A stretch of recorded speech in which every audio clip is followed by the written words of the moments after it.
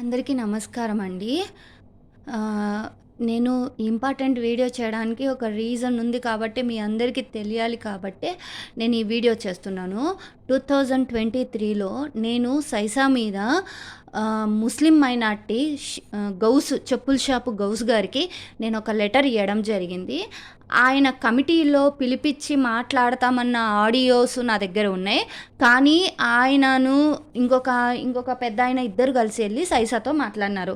What is the committee of formination? Committee formination అంటే ఏంటి అసలు? కమిటీ అంటే అందరినీ పిలిచాలా, మసీదులో కూర్చోపెట్టాలా, వాళ్ళతో మాట్లాడాలా, తర్వాత సైసా వాళ్ళని పిలిపియాలా? నా కాడ గౌసు గారు మాట్లాడినది నీట్‌గా ఆడియో ఉందండి. మేము పిలిపిస్తున్నాము, మాట్లాడతాము, కమిటీలో కూర్చోపెడతామని చెప్పిన మనుషులు ఇద్దరు మాత్రమే వెళ్ళి సైసాతో మాట్లాడడం జరిగింది. ఎందుకు ఇద్దరే వెళ్ళారు? మిగిలిన వాళ్ళందరినీ మసీదులో కూర్చోపెట్టి కమిటీ అన్నప్పుడు మిగిలిన వాళ్ళకు కూడా తెలియపరిచి వాళ్ళని కూడా కూర్చోపెట్టి వాళ్ళకి చెప్పి అప్పుడు సైసా ఫ్యామిలీని అక్కడికి పిలవాలి. సైసా ఫ్యామిలీని పిలిచిన తర్వాత నన్ను కూడా పిలవాలి. నన్ను కూడా పిలిచిన తర్వాత అప్పుడు మాట్లాడాలి.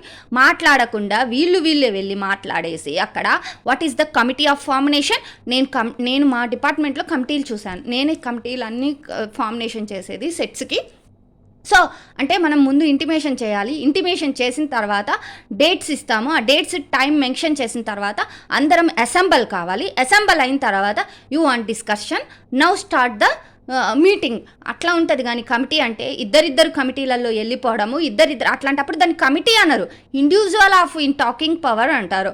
అది కూడా తెలియని వాళ్ళకి మళ్ళీ committee. What is the committee of? Committee అంటే అందరినీ పిలవాలి, అందరికి ఇంటిమేషన్ ఇవ్వాలి, అందరికీ చెప్పాలి. చెప్పిన తర్వాత మసీదులోకి ఇద్దరిని పిలవాలి. ఇప్పుడు నేను సైసా మా ఇద్దరి మధ్య జరిగిన దానికి వాళ్ళని పిలవాలి. నేను ఒక్కదాన్ని వస్తాను, నా తరపున ఇద్దరు వస్తారా అనేది దిస్ ఈజ్ మై డెసిషన్. మేము వచ్చిన తర్వాత అక్కడ మాట్లాడాలి. మీరుగా ఇండివిజువల్గా మాట్లాడేసి ఈ గౌసు గారు డబల్ నాలికల మాట్లాడి అటు సైసా ఫ్యామిలీకి చెప్పేవి సైసా ఫ్యామిలీకి చెప్పి, ఇటు నాకు చెప్పి రెడ్ హ్యాండెడ్గా గౌసు గారివి ఆడియోస్ ఉన్నాయి.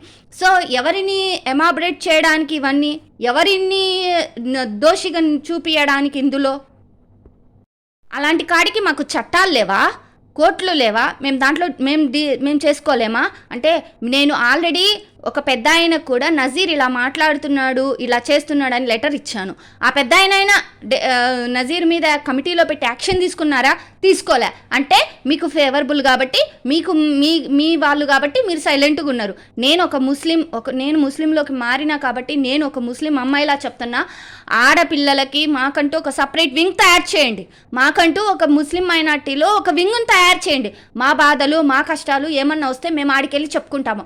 మీ కాడికి లెటర్లు ఇచ్చి దేనికి? మీరు దాచుకోవడానికా? ముడ్డి కింద వేసి దాచుకోవడానికి ఆ లెటర్స్ మాకు అవసరంలే. మాకంటూ లేడీస్కి, ముస్లిమ్స్ అందరికీ లేడీస్కి మాకంటూ ఒక సపరేట్ వింగ్ తయారు చేయండి. మాకంటూ ఒక సపరేట్ కమిటీని పెట్టండి. దాంట్లో మేము డిస్కస్ చేసుకుంటాము.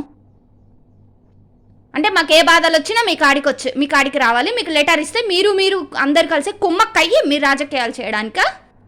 మాకు అవసరం లేదు. మాకంటూ లేడీస్కి ఒక కమిటీని ఏర్పాటు చేయండి. ముస్లిమ్స్ మా లేడీస్కి అందరికీ ఒక కమిటీని సపరేట్ వింగ్ చేసి దాంట్లో ఎవరైతే పర్ఫెక్ట్గా మాట్లాడగలుగుతారో వాళ్ళని ఇది చేయండి. ఇది చేస్తే మా బాధలు ఏమున్నాయో, మా కష్టాలు ఏమున్నాయో మేము చెప్పుకుంటాము. నేను ముస్లిం మైనార్టీ వాళ్ళని, పెద్ద హెడ్ ఆఫీస్ వాళ్ళని నేను ఒకటే కోరుకుంటున్నా, ముస్లిమ్స్కి మాకంటూ లేడీస్కి ఒక వింగ్ తయారు చేయండి దయచేసి. మా వింగ్ తయారు చేస్తే మేము మా బాధలు ఏమున్నాయో, మా కష్టాలు ఏమున్నాయో మేము చెప్పుకుంటాము. Who is the Nazeer? Who is the fellow of Ghouse? Who is the fellow of in అమాలీ భాష? హూ ఈజ్ ద మా భాష? Who is the fellows of in? మాకు అవసరం లేదు. మాకు చట్టాలంటూ ఉన్నాయి. ఒకప్పుడు